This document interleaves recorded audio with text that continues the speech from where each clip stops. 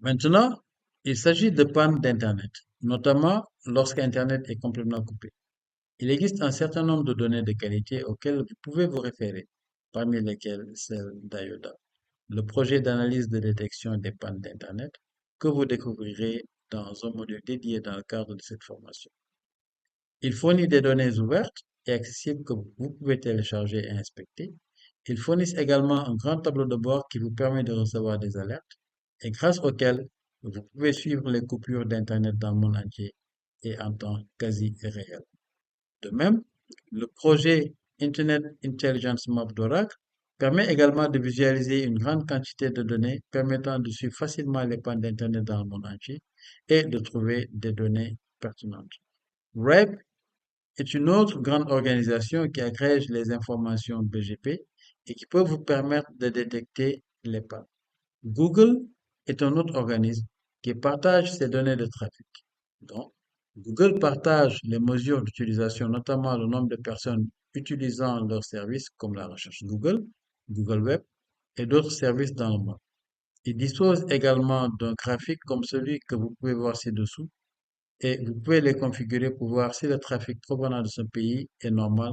Et donc, ce qui est intéressant avec ces différentes sources de données, surtout celles qui fournissent des graphiques comme Google Traffic et Yoda, c'est qu'en cas de perturbation d'Internet, vous pouvez voir clairement l'absence de trafic pendant cette période dans le pays concerné, ce qui vous permet de déduire les cas de coupure d'Internet. Et IODA ne vous permet pas seulement de le faire au niveau national, mais aussi au niveau régional et au niveau du réseau. Donc, ils fournissent beaucoup de granularité et vous apprendrez tout ça dans le cadre de cette formation. Et dans ces cas, je pense que beaucoup d'entre eux, comme les données de trafic Google mentionnées ici, sont un exemple de mesures directes. Des projets comme IODA, REP combinent à la fois des mesures directes et indirectes. Et la mesure REP comprend l'analyse de la télémétrie, mais ils ont aussi des listes qui vous permettent d'effectuer activement des tracés et d'autres tests. Les types de questions que vous pouvez examiner lorsque vous mesurez les pannes d'Internet sont les suivantes. Par exemple, pouvons-nous détecter que l'accès à Internet a été coupé dans un pays spécifique?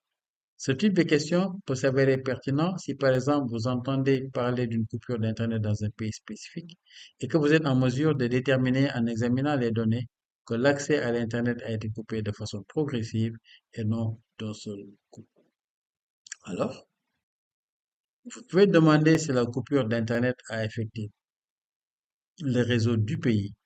Nous constatons parfois qu'une coupure d'Internet n'a pas affecté tout le pays, ou du moins pas en même temps, et elle n'affecte pas toujours tous les réseaux. Parfois, certains réseaux restent fonctionnels et vous pouvez toujours avoir une certaine connectivité alors que d'autres réseaux ou des connexions à d'autres réseaux sont interrompus. Ce qui nous amène à une question connexe qui est de savoir si l'accès à Internet a été coupé sur tous les réseaux en même temps, lesquels étaient encore fonctionnels. Et donc, c'est le genre de questions auxquelles vous pouvez potentiellement répondre en examinant les données d'interruption d'Internet.